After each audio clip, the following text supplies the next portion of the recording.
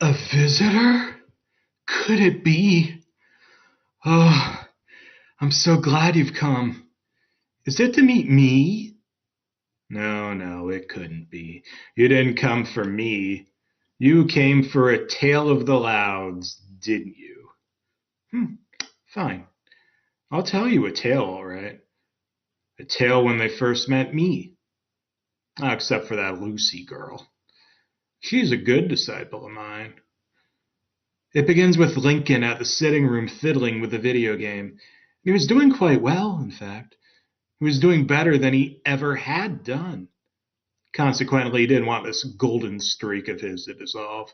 So he kept his business away from his other sisters as best as he could, especially from Laurie.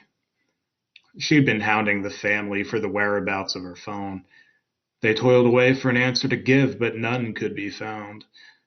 Stoking her already blistering fury, now Lincoln had ears, quite good ones at that, so it was no surprise to him that Laurie would eventually come barging into his session with the most asinine request. She didn't utter a word as she loomed close behind. She had no need. Lincoln soured in dull wrath as he pressed pause on his controller. No, Laurie, I don't have your phone, Lincoln began. Lincoln, I've looked everywhere for it, except here, Laurie uttered in brimming resentment. Then look again, Lincoln retorted spitefully. Look, Lincoln, I don't have time to look for it again. Bobby might be calling me right now, and I wouldn't know, Laurie reasoned desperately. Sucks for you, Lincoln dismissed unsympathetically as he unpaused his game, jumping back into his little world. An act of defiance that Laurie would not be having. So she stormed directly into Lincoln's view. Lincoln, Laurie, Lincoln mimicked, ducking his head around Laurie to face the screen.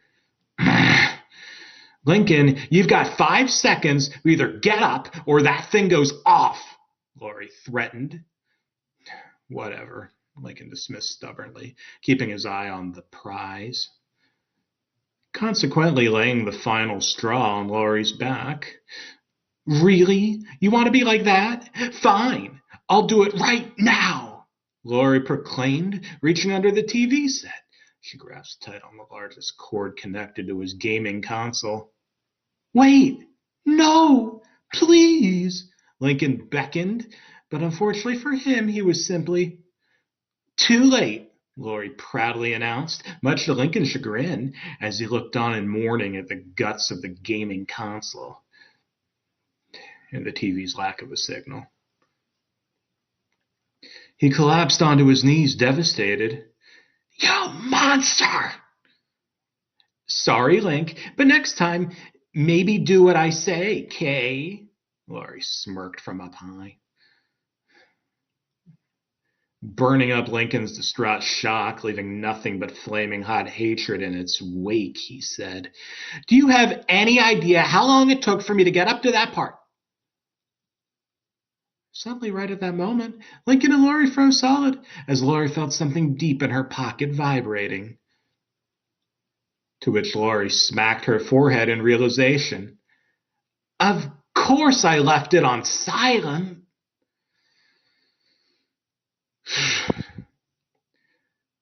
You're kidding me, Lincoln uttered, stuck in a stupor of both shock and awe.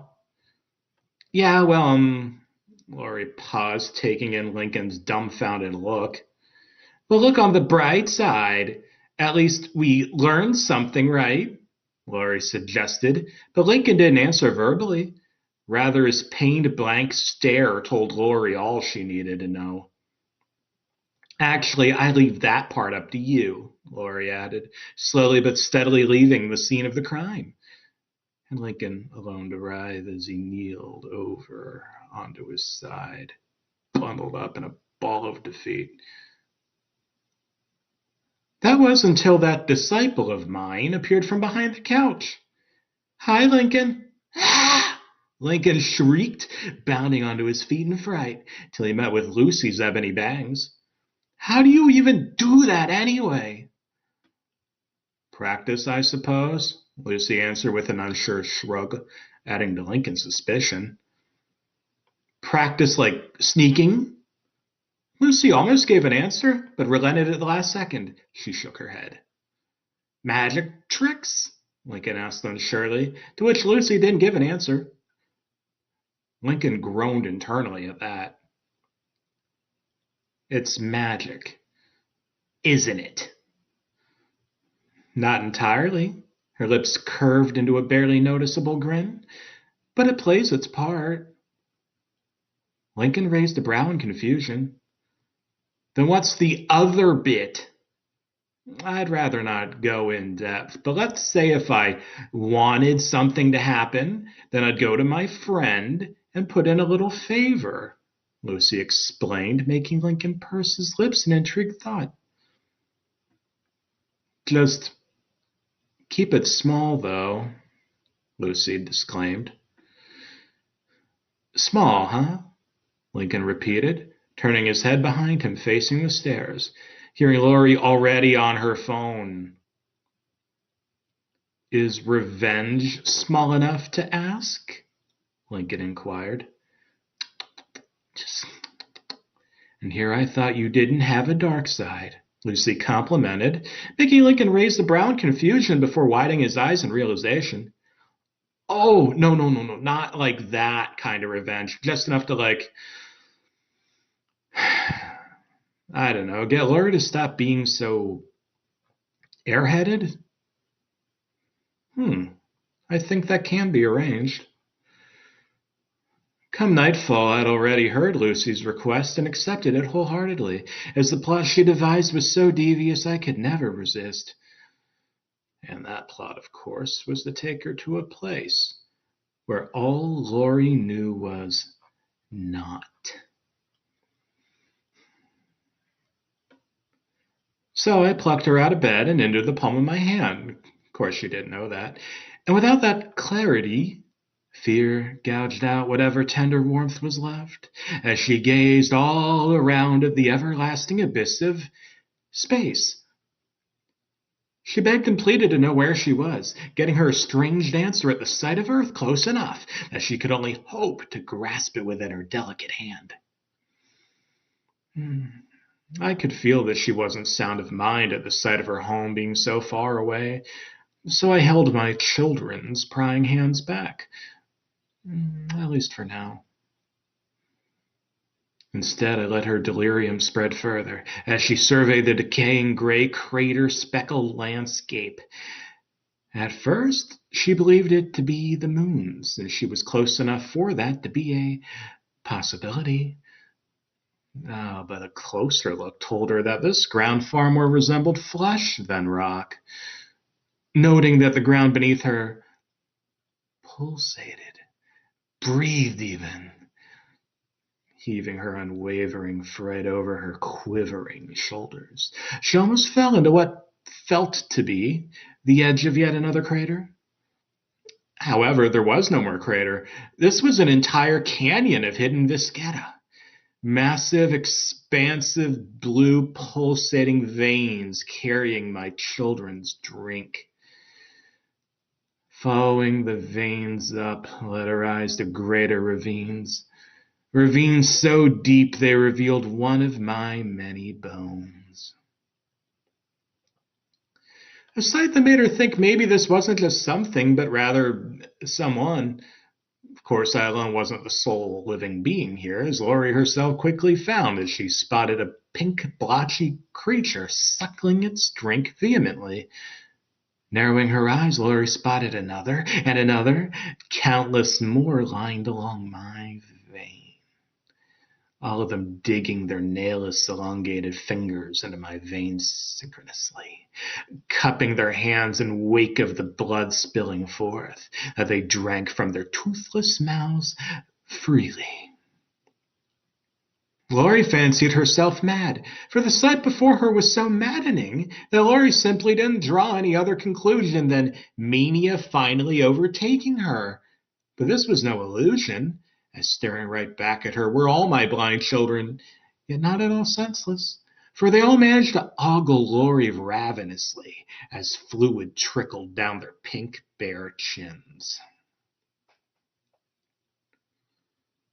Until suddenly the flesh underneath Lori's feet tore and split, the craters behind Lori pushing forth like rapidly expanding balloons, madly scraping against my decayed, fraying skin. Whereas all that Lori could do was watch on in despair, as the horde of millions on my necrotic arm quickly turned into trillions upon trillions of terrifyingly steadfast forces of savage instinct, utilizing their blunt claws to scale over each crater in their wake. Looking back one final time, almost every crater had finally been ripped away, waves upon waves of them closing in so closely upon poor Lori that they ripped and tore each other in two just to get to Lori faster. She didn't know where she'd gone wrong. She just wanted a rest, not this. And truth be told, 'tis a pity, for I wanted to study her this close for just a little while longer. Oh well, let the horde quench their thirst, for they'd waited long enough, I thought, as beyond hundreds of them grasped at Laurie's frail form, hacking and slashing at whatever fresh fluid they could sink their claws into, indulging themselves in a brand new meal.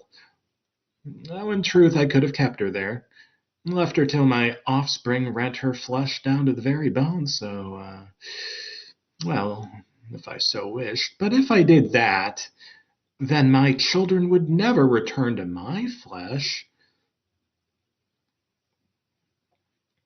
Lori shot up from her bed, drenched in sweat. She darted her eyes around the room, finding that she was all alone in the midday rays. She looked under her clothes, trying to discover any claw marks. None were seen, of course. She knew she wouldn't find any. It was just a silly nightmare. Then how is it that she could recall every graphic detail? Sleep well? Lucy appeared just out of Lori's view, much to Lori's fright. Lori jumped back into her bed sheets, darting her eyes around, trying to find how she got inside despite the locked door.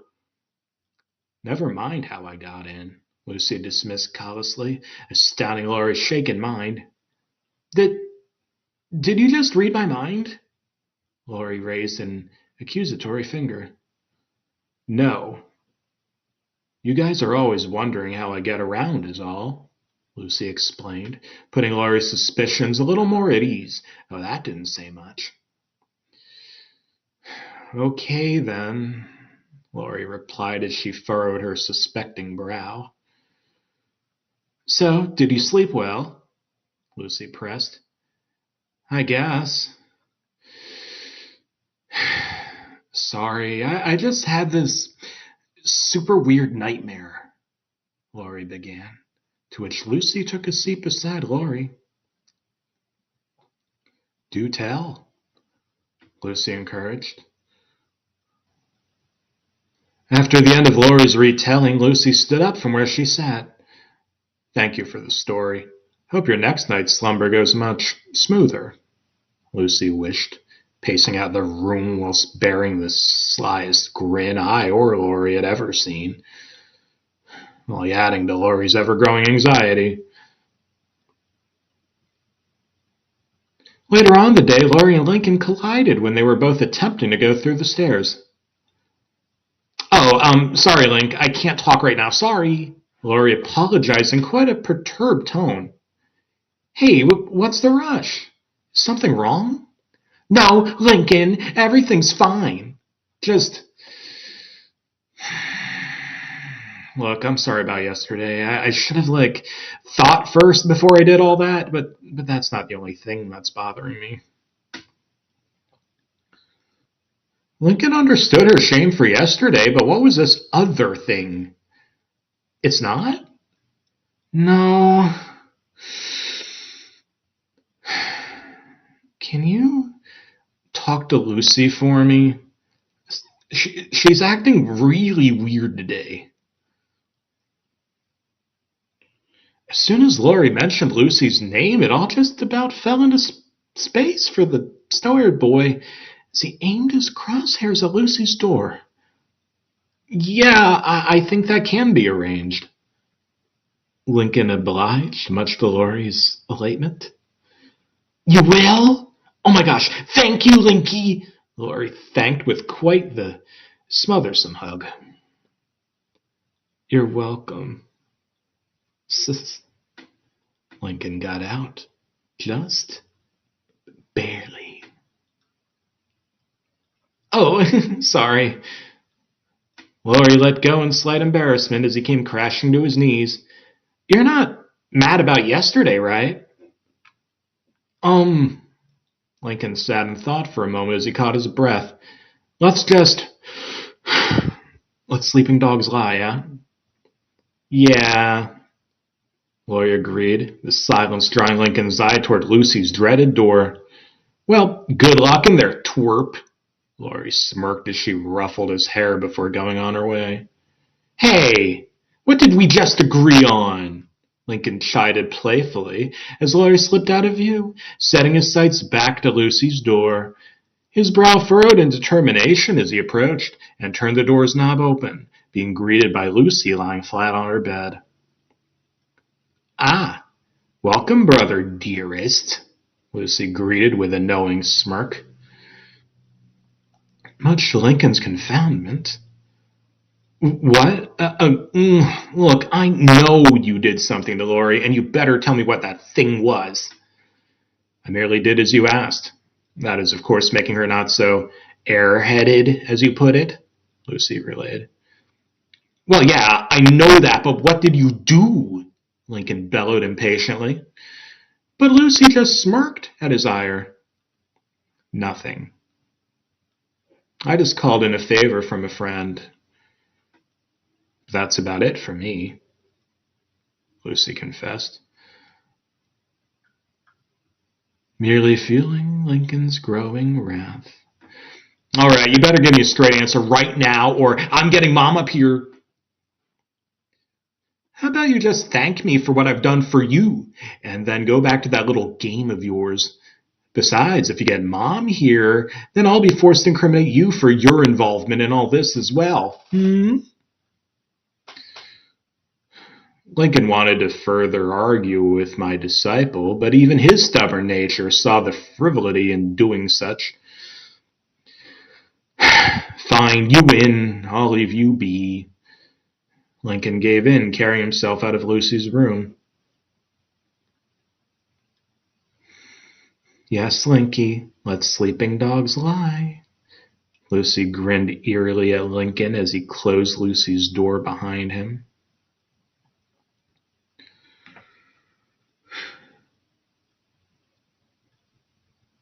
Will you ever tell them of me? Not yet. Not until they've all borne witness to you. At least in the same way Laurie has.